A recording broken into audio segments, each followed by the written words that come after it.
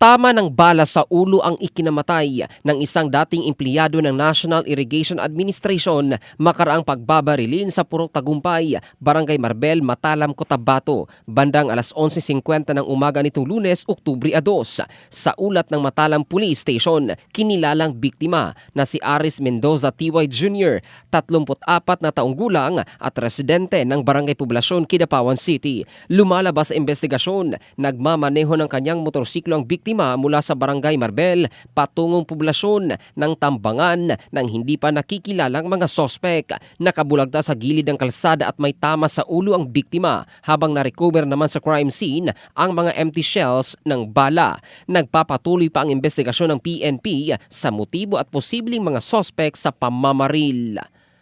Ang balitang ito ay hatid ng Drive Max Adult Herbal Capsule para sa lalaking laging umaangat. Ito si Jofel Candado in the heart of changing lives ng Brigada News Philippines, the Music and News Authority.